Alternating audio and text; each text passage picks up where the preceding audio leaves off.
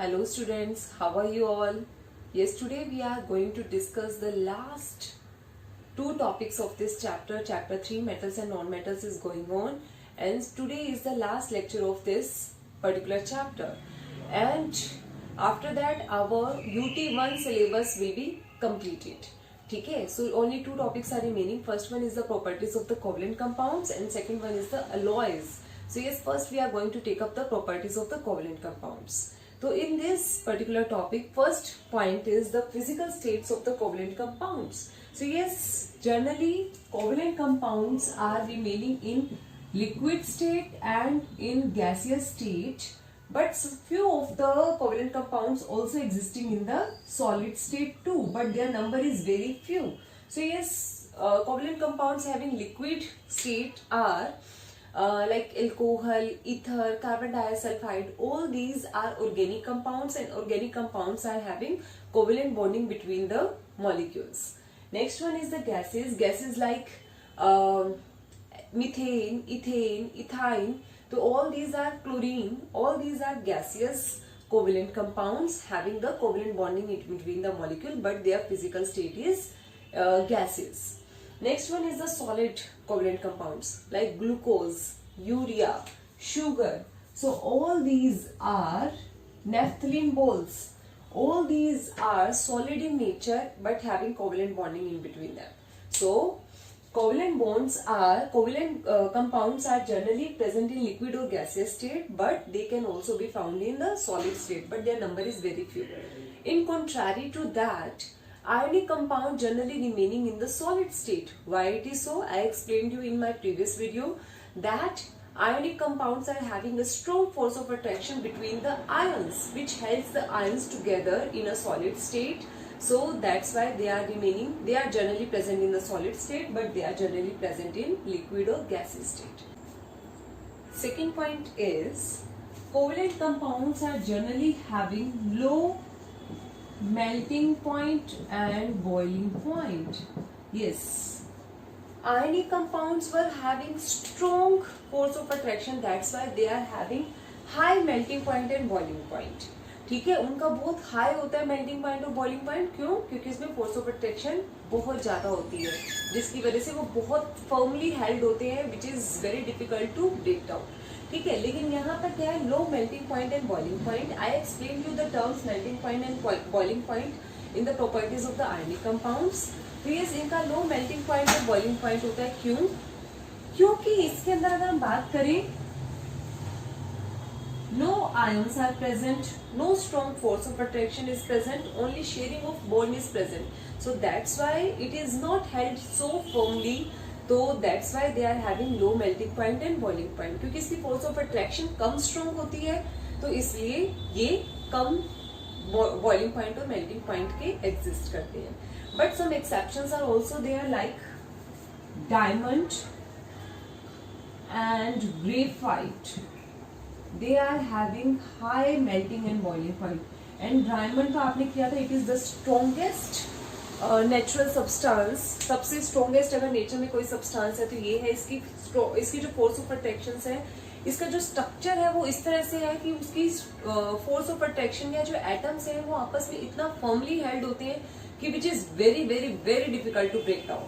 Its melting point is around 3500 degree centigrade. तो बहुत ज्यादा होता है. तो these two are exceptions. Otherwise, covalent compounds are having low melting and boiling points. Yes, naphthalene balls are having very low melting point, which you can observe by doing an experiment. You can take naphthalene balls, which is easily available in the market, and keep it on the spatula. Spatula is just like a spoon, and keep it on the flame for burning.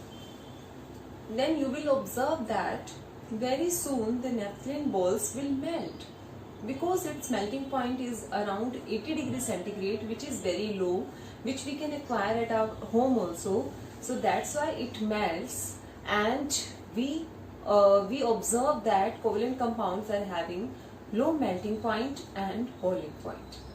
Now our next property is covalent compounds are generally insoluble in water but soluble in the organic solvents like ether, alcohol. Yes, these kinds of solvents, benzene. So yes, in these kinds of organic solvents, covalent compound can dissolve, but they are insoluble in water. Reason behind that is we discussed yesterday also that like dissolves like. जो जैसा है वो वैसे में dissolve होता है. What does it mean? If a compound is polar in nature, then it will dissolve in polar solvent like water. If the compound is non-polar in nature, मतलब charge separation is not there. Positive negative नहीं है, charge नहीं है, सिर्फ एक simple bonding हुई है due to the overlapping of the covalent compounds, due to the overlapping of the electrons shell. तो उस केस में क्या है, कोई चार्ज सेपरेशन नहीं है, means it is non polar in nature, means it will dissolve in organic solvents. तो yes, covalent compounds like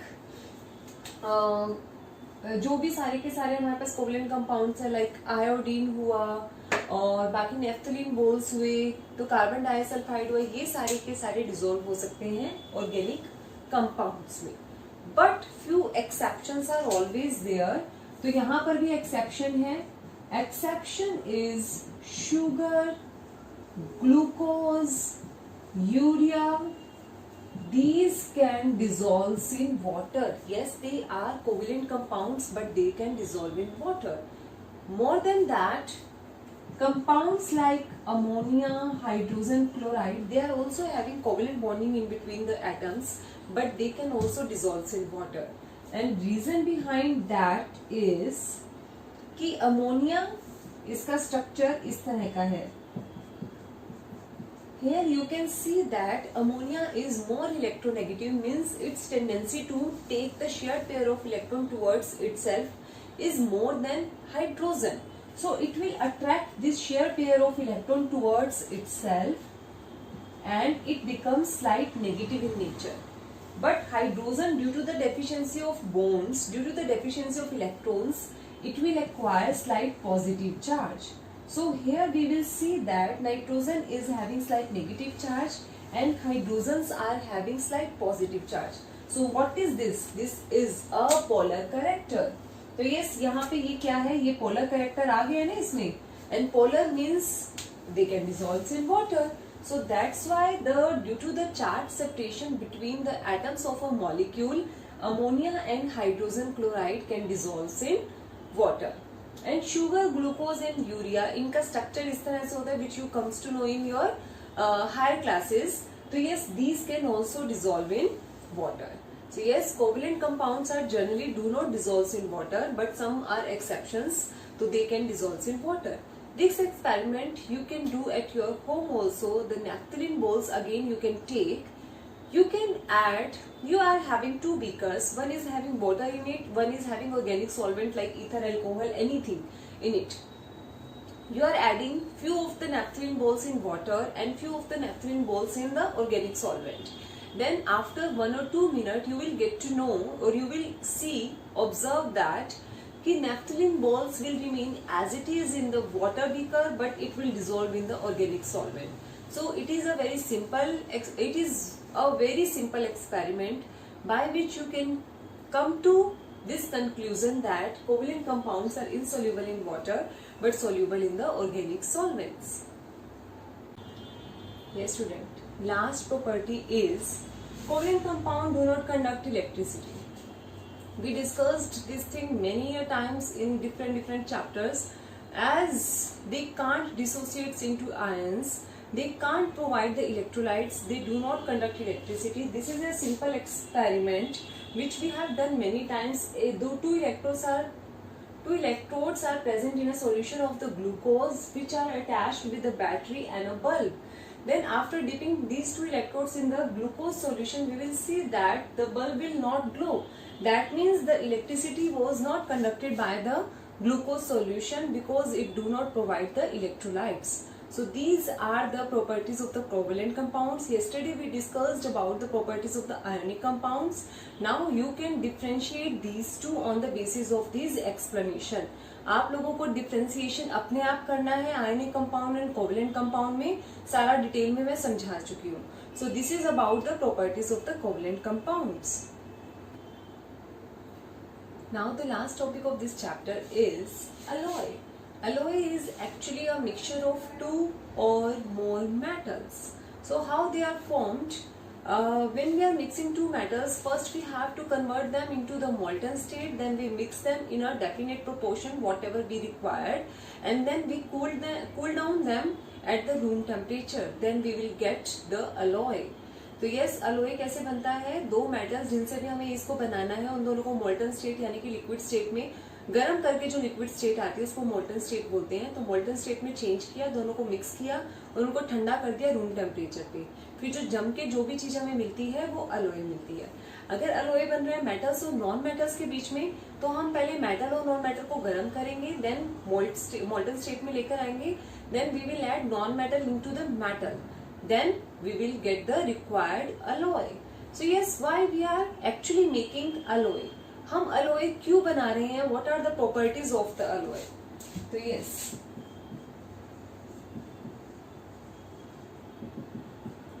because alloys are more stronger than the respective metals. जिन भी दो मेटल से या जिन भी मेटल्स और नॉन मेटल से ये बना हुआ है तो उससे ये ज्यादा स्ट्रॉन्ग होता है, टेंसाइल स्ट्रेंथ ज्यादा होती है, इजीली टूटता नहीं है। ठीक है, तो yes, it is more harder. हमें कई बार हार्ड चीज चाहिए, तो it is more harder. Yes students, this question came in this board exam as a 3 marks question. You just have to learn the definition of the alloys, properties of the alloys, and this chart.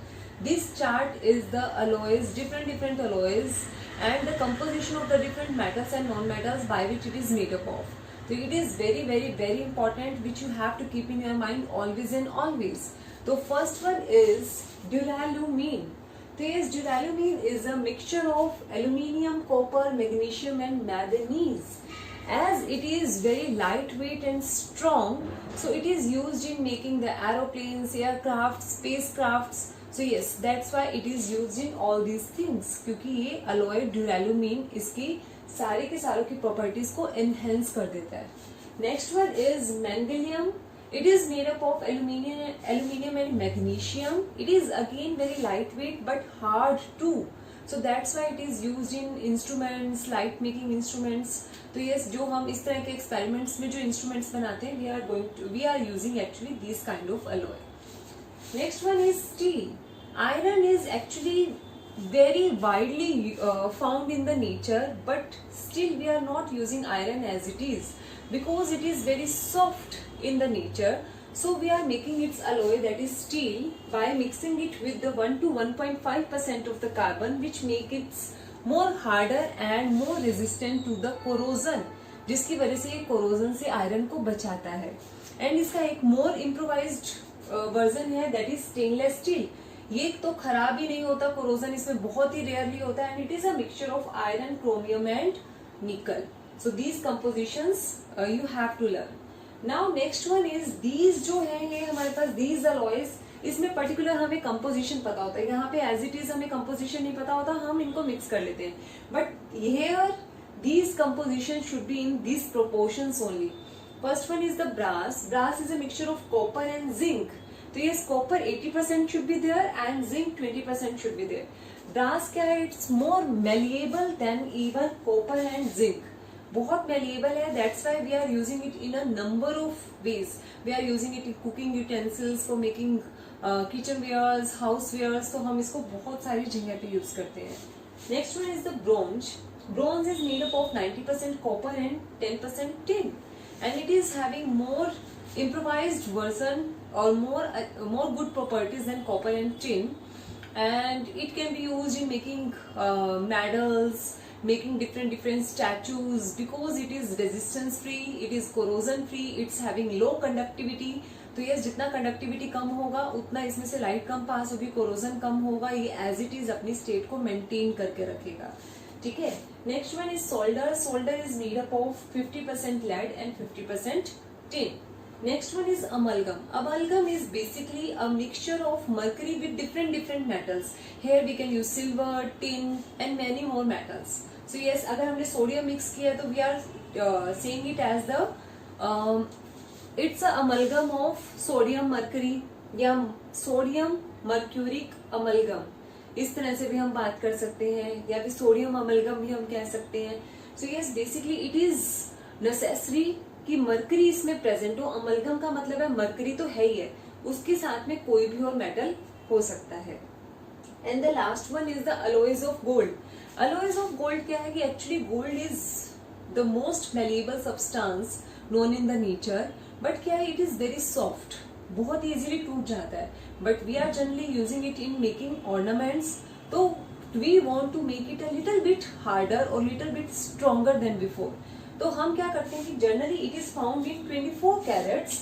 ये 24 crates में हमें मिलता है, लेकिन हम इसको 24 crates use ना करके हम इसमें थोड़ा इम्प्योरिटी या दूसरे मेटल मिक्स करते हैं. We are mixing silver and copper in it.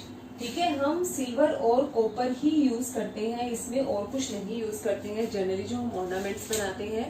तो गोल्ड 22 कैरेट्स हम सबसे ज्यादा यूज करते हैं. 22 crates means 22 parts of gold are present in 2 parts of either silver or either copper.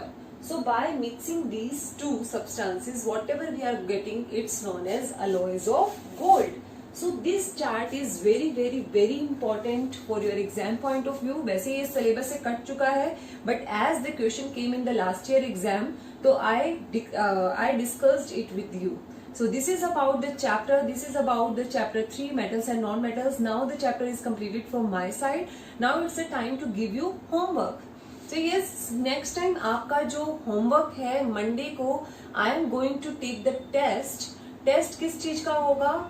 आपके पास जो कोवेलेंट और आयनिक कंपाउंड्स हैं उससे पहले वाला जो भी चैप्टर है, तो वहां पर जहां पे हमने कंपाउंड्स को स्टार्ट किया था, उनका फॉर्मेशन स्टार्ट किया था, उससे पहले वाले जो भी टॉपिक है मेटल्स एंड नॉन मेटल्स की, reactions of the metals, reactions of the non metals, the physical properties and chemical properties of metals and non metals.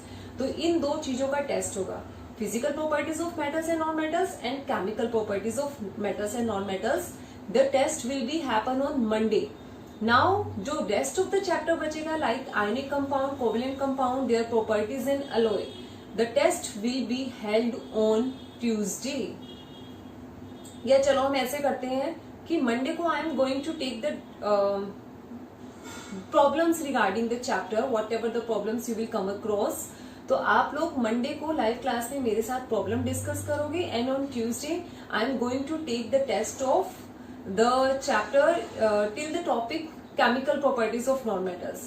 Physical and chemical properties of metals and non metals, इसका test होगा आपका Tuesday को, and the complete chapter test will be on next Monday. Is it clear? So yes, be ready with your notes and be ready with your concepts. So whatever the problems you will face, you can take up on the Monday. So this is all about for today's class. Thank you.